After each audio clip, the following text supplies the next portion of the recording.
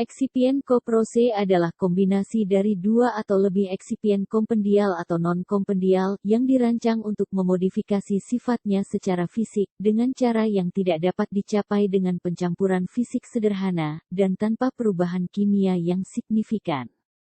Berbagai metode dapat digunakan, termasuk pengolahan standar seperti granulasi, pengeringan semprot, ekstrusi leleh, penggilingan, dan lain-lain.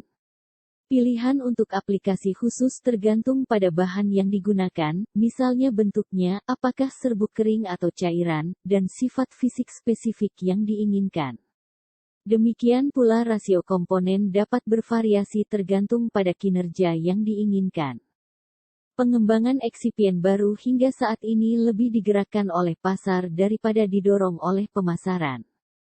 Digerakkan oleh pasar, misalnya eksipien dikembangkan sebagai respons terhadap permintaan pasar, sedangkan didorong oleh pemasaran, misalnya eksipien dikembangkan terlebih dahulu dan permintaan pasar diciptakan melalui strategi pemasaran.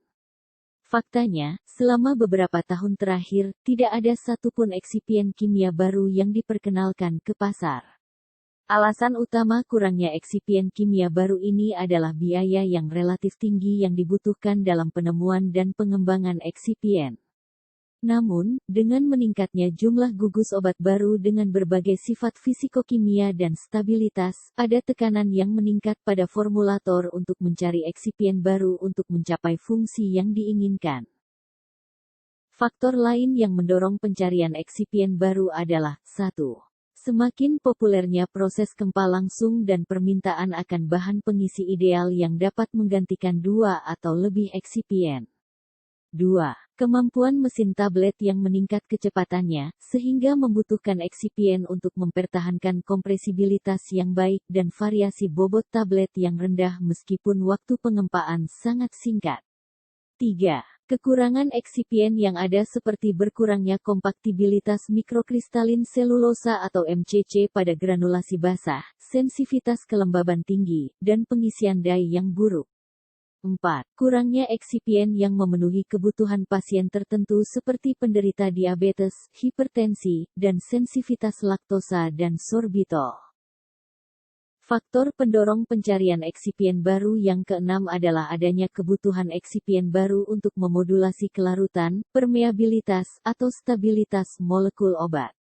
7. Harapan untuk mendapatkan kinerja yang lebih baik dari eksipien untuk mengatasi masalah-masalah seperti disintegrasi, disolusi, dan ketersediaan hayati. Eksipien dengan fungsionalitas yang ditingkatkan dapat diperoleh dengan cara 1. Mengembangkan eksipien kimia baru. 2. Mengupgrade bahan yang ada. 3. Kombinasi baru dari bahan yang ada.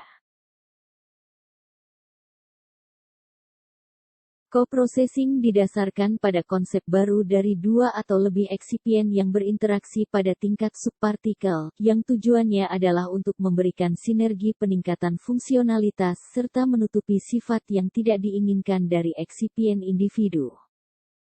Eksipien yang diproses ulang dipreparasi dengan memasukkan satu eksipien ke dalam struktur partikel eksipien lain menggunakan proses seperti co-drying.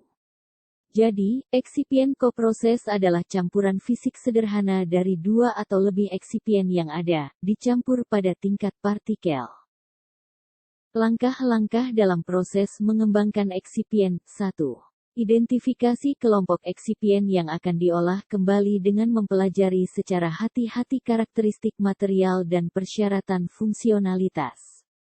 2. Menentukan proporsi masing-masing eksipien yang akan digabung. 3. Menentukan ukuran partikel yang diperlukan untuk pemrosesan ulang. Ini sangat penting ketika salah satu komponen diproses dalam fase terdispersi. Pasca pemrosesan, ukuran partikel yang terakhir tergantung pada ukuran partikel awalnya. 4. Memilih proses pengeringan yang sesuai seperti semprotan atau flash drying. 5.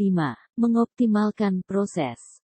Kombinasi bahan plastis dan rapuh atau brittle diperlukan untuk kinerja eksipien tablet yang optimal. Oleh karena itu, pengolahan kembali kedua jenis bahan ini menghasilkan efek sinergis dalam hal kompresibilitas, dan dengan secara selektif mengatasi kekurangan masing-masing bahan.